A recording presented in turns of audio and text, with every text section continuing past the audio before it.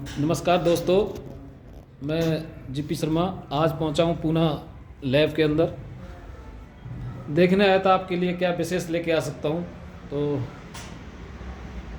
ICL Poona lab, doctor साहब, तो आप बताइए सर। ये इजराइल केमिकल्स लिमिटेड की जो ये प्रयोगशाला है, इस प्रयोगशाला में प्रमुख रूप से सॉइल टेस्टिंग यानी कि मिट्टी या मृदा का परीक्षण, साथ ही साथ वाटर टेस्टिंग यानी कि पानी का परीक्षण, और साथ ही साथ लीफ एनालिसिस यानी कि पत्तों के नमूनों का परीक्षण, और साथ ही साथ जिसको हम कहेंगे कि पेटियोल एनालिसिस, ये पेटियोल एनालिसिस इस लैब में किया जाता है। और इस लैब में जो भी तकनीक हमने की है उस तकनीक का प्रमुख रूप से इजराइल की जो टेक्नोलॉजी है, अत्याधुनिक टेक्नोलॉजी, उस अत्याधुनिक टेक्नोलॉजी के आधार पे इस लैब को हमने यहाँ पे स्थापित किया है। इस लैब में अगर आप देखेंगे तो जो पहले पुराने वाले लैब और साथ ही साथ अब इस लैब के अंदर जो नई तकनीकें हैं उसका भी समन्वय इस लैब में आपको देखने को मिलेगा। जैसे कि पुराने लैब में फ्यूम हुड होता था, जो कि प्रमुख रूप से डाइजेशन और डिस्टिलेशन के लिए यूज़ किया जाता था। बाद में हमारे पास यहाँ पे पीएच मीटर है जिससे पीएच हम निकालते हैं। फिर बाद में इलेक्ट्रिकल कंडक्टिविटी मीटर है जिससे इलेक्ट्रिकल कंडक्टिविटी निकलती है। बाद में हमारे पास फ्लेम फोटोमीटर है जिससे हम पोटाश निकालते हैं। उसके बाद हमारे पास में फ्लेम फोटोमीटर है जिससे हम P2O5 और साथ ही साथ बोरॉन हम इसमें से निकालते हैं। और ये सब करने के लिए जो केमिकल बैलेंस और एनालिटिकल वेइंग बैलेंस है, वो एनालिटिकल वेइंग बैलेंस भी हमने यहाँ पे रखा है।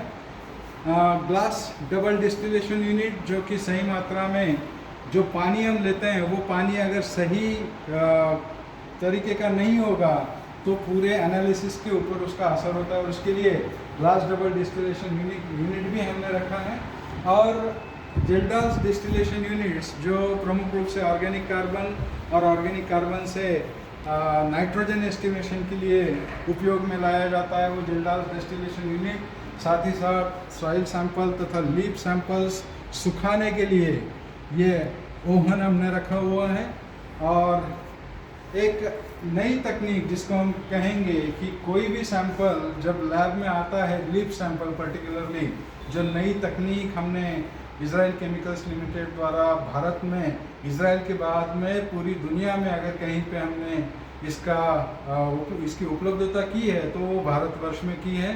और लीफ एनालिसिस हम 5 क्रॉप में हम फिलहाल कर रहे हैं। उसमें बनाना, टोमेटो, ग्रेप्स, पोमोग्रेनेट और कॉटन, इन 5 क्रॉप में फिलहाल हम लीफ एनालिसिस कर रहे हैं। अब ये लीफ जब लैब में आता है, प्रोटोकॉल के अनुसार फार्मर के पास से लैब में आता है, तो लैब में सबसे पहले उसको 3 बार धोया जाता है, सादे पानी से, फिर डिस्टिल वाटर से, फिर डबल डिस्टिल वाटर से। उसको धोने के बाद उसको ओवन में रखा जाता है। ओवन में रखने के बाद 48 घंटे ओवन में रखने के बाद पूरा पत्ता सूख जाने के बाद उसको उसमें से बाहर निकाल के इस MM400 मशीन द्वारा, ये MM400 जो मशीन है ये हमने जर्मनी से मंगवाई है, और इस मशीन की लागत लगभग 50 लाख के करीब है। और इसके माध्यम से जो भी लीफ सैंपल हमने सुखाया था वो लीफ सैंपल इसके अंदर डाल के हम उसकी एक पाउडर बनाने के लिए 3 मिनट का अवधि इसमें लगता है। और बाद में जो सैंपल जो मिलता है पाउडर फॉर्म में, इस फॉर्म में हमें ये प्रमुख रूप से ये सैंपल MM400 मशीन के माध्यम से मिलता है। ये सैंपल फिर हम लीफ टेस्टिंग के लिए जो अत्याधुनिक तकनीक है इजराइल केमिकल्स लिमिटेड के पास में, उस अत्याधुनिक तकनीक के माध्यम से यानी कि XRF के माध्यम से हम यहाँ पे सभी जो नमूने हैं उसका पृथक्करण यहाँ पे हम करते हैं। ये पृथक्करण करने के लिए जो पाउडर हमने बनाई थी वो पाउडर हम यहाँ पे ऐसे रखते हैं। ये पाउडर यहाँ पे रखने के बाद इस मशीन को कहा जाता है XRF मशीन, और इस XRF मशीन के माध्यम से हम नाइट्रोजन और बोरॉन छोड़ के बाकी सभी अन्य न्यूट्रिएंट की उपलब्धता इसमें से पहचान ले सकते हैं। जैसे कि मैंने कहा XRF मीन्स एक्स-रे फ्लोरोसेंस। जो ये फ्लोरोसेंस है एक्सरेज के माध्यम से गिना जाता है, नापा जाता है, और उसके माध्यम से न्यूट्रिएंट की उपलब्धि पत्तों के अंदर कितनी है उसके बारे में हमें पता चलता है। इसके बाद हमारे पास जो दूसरी मशीन है वो दूसरी मशीन NIR है।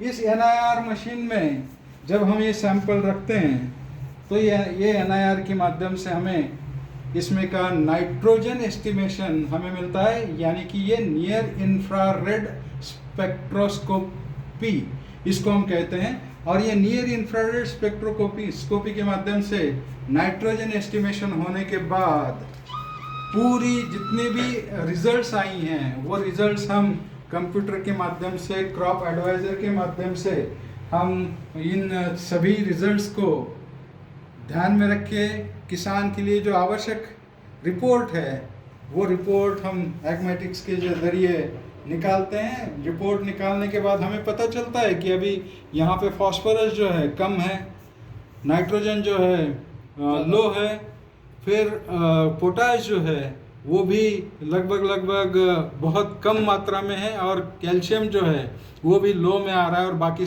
मोस्टली सल्फर, फेरस, जिंक जो है वो मोस्टली अबंडेंट दिखाई दे रहे हैं। तो इसके आधार पे जो भी रिकमेंडेशंस हमारे जाते हैं क्रॉप एडवाइज़र के माध्यम से, वो रिकमेंडेशंस स्टेज वाइज क्रॉप की रिक्वायरमेंट के अनुसार और जितना पौधे को ज़रूरी है उतना ही न्यूट्रिशन इस रिपोर्ट के माध्यम से किया जाता है, और वो रिपोर्ट हमें इस तरह से हमें मिलती है।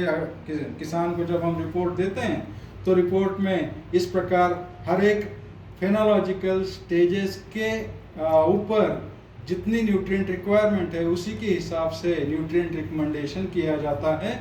और ये न्यूट्रिएंट रिकमेंडेशन ऐसा नहीं है कि ICL को अपनी खाद बेचनी है इसलिए हमारे खादों के माध्यम से ही करनी चाहिए। किसान के पास में जो भी उपलब्धता है उस उपलब्धता के अनुसार उन खादों का चयन किसान को करने की वहाँ पे सहूलियत है, और उस सहूलियत के माध्यम से किसान अपना खाद खुद चुन सकता है अपने खुद के अनुभवों के ऊपर, यानी कि ना ज़्यादा ना कम, जितना चाहिए उतना ही न्यूट्रिएंट पौधे को इस पूरे न्यूट्रिएंट रिकमेंडेशन के माध्यम से ICL की ओर से देने की कोशिश की जाती है। ये कौन सी मशीन है जो आप अभी इसके बारे में आप बताएंगे? ये एटॉमिक एब्सॉर्प्शन स्पेक्ट्रोफोटोमीटर जिसको हम कहते हैं AAS, यानी कि इसमें से सभी माइक्रो न्यूट्रिएंट्स का एस्टिमेशन हम मोस्टली कर सकते हैं, और ये खास करके सॉइल के लिए हमने ये AAS की उपलब्धता यहाँ पे की है। बाकी सभी न्यूट्रिएंट रिकमेंडेशन जो लीफ के टेस्टिंग के लिए तथा पेट्योल टेस्टिंग के लिए जो हमने बनाए हैं वो XRF और NIR ये दोनों मशीन के ऊपर से बनाए हैं। XRF मशीन की अगर कीमत आप देखेंगे तो लगभग 52 लाख, और NIR मशीन का भी लगभग 52 लाख, यानी कि 1.5 करोड़ का इन्वेस्टमेंट हमने पूरे XRF और NIR यानी कि लीफ एनालिसिस के लिए किया है।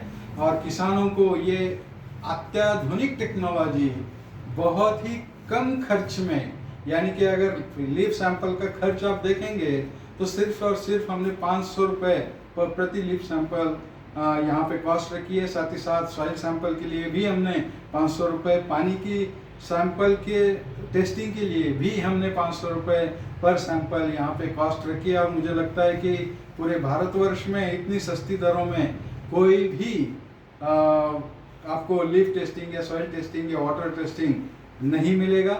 इसमें कंप्लीट टेस्टिंग इसमें हो जाएगा। कोई भी ऐसा न्यूट्रिएंट नहीं है कि जो हम टेस्ट करके आपको नहीं दे रहे हैं। सभी nutrient whole package nutrient recommendation हम इसके माध्यम से करते हैं, और किसानों के लिए आने वाले समय में ये XRF और NIR टेक्नोलॉजी जो है बहुत बड़ा फ़ायदा न्यूट्रिएंट रिकमेंडेशन के ऊपर या न्यूट्रिएंट एप्लीकेशन में पहुंचाएगी। और जो जहाँ पे भी हम ज़्यादा खर्च कर रहे थे, जहाँ पे भी ज़रूरी नहीं था, वहाँ पे हम जो खर्च कर रहे थे उसको सेविंग करने के लिए हमारे लिए ये बहुत बड़ा हेल्पफुल रहेगा। और जो भी न्यूट्रिएंट डेफिशिएंसीज है वो डेफिशिएंसीज करेक्शन में भी हमें ये फ़ायदा करेगा।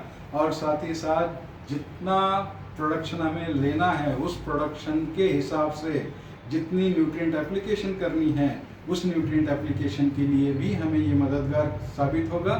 Nutrient recommendation as per phenological stages, यानी कि वृद्धि के अवस्था के अनुसार न्यूट्रिएंट रिकमेंडेशन देने वाली ये इजराइल केमिकल्स लिमिटेड की इजरायली टेक्नोलॉजी, जिसको हम आईसी लीफ टेक्नोलॉजी कहते हैं, ये प्रमुख रूप से आपको बहुत बहुत बहुत ज़्यादा मददगार साबित होगी।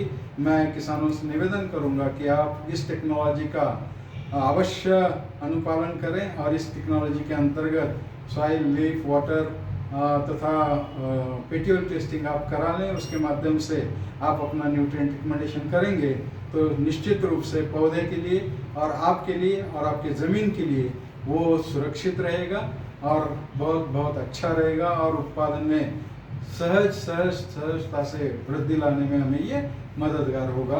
धन्यवाद, थैंक यू। आप बात पे मुझे मौका लगा पूना ऑफिस आने का भी और लैब के अंदर जो आपने जानकारी दी, मुझे बड़ा अनुभव प्राप्त हुआ कि ऐसी मशीन देखने में पहली बार मिल रही है जो अभी तक नहीं मिली थी। फार्मर की बहुत फायदे की चीज़ें आप महत्वपूर्ण जानकारी दी, उसके लिए धन्यवाद। और आप ये भी देखिए जो हम डाटा दिखा रहे हैं, ये डाटा भी शो रहा, ये देखिए एक्सरा, जो जिसके लिए हम जहाँ कहते हैं कि एक्सरा, जैसे इंसान का एक्सरा होता है ऐसे ये लीफ का एक्सरा हो रहा। और ये पूरी रिपोर्ट एक सामने भी है, आपको टमाटर का फोटो लग रहा है और उस पर भी एक डाटा इजराइल टेक्नोलॉजी का एक फोटो है। तो ये कि देखिए कैसे वहाँ पे स्पेक्ट्रा रीड किया जाता है, ये डाटा कैसे लिए जाते हैं ये भी आपको लाइव दिखाया जा रहा है।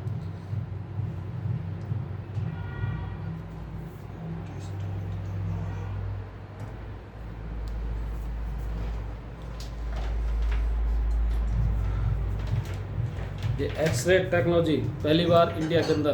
तो संजय जी बहुत बहुत धन्यवाद आपका, इतनी गहरी जानकारी दी आपने मेरे किसान भाइयों के, नॉर्थ के फार्मरों के लिए बहुत अच्छा रहेगा। और इस वीडियो को देख के वो कुछ एक्स्ट्रा नॉलेज लेंगे और आप तक ये देखो ये सभी एलिमेंट की रीडिंग वहाँ पे ली जा रही है। जो तीन फिल्टर है हमारे पास, वो 3 फिल्टर में अभी सबसे पहले जो फिल्टर लिया है उसने वो लिया है मेन फिल्टर। और ये मेन फिल्टर में आपको जो मेजर एलिमेंट दिखेंगे वो उन मेजर एलिमेंट्स में प्रमुख रूप से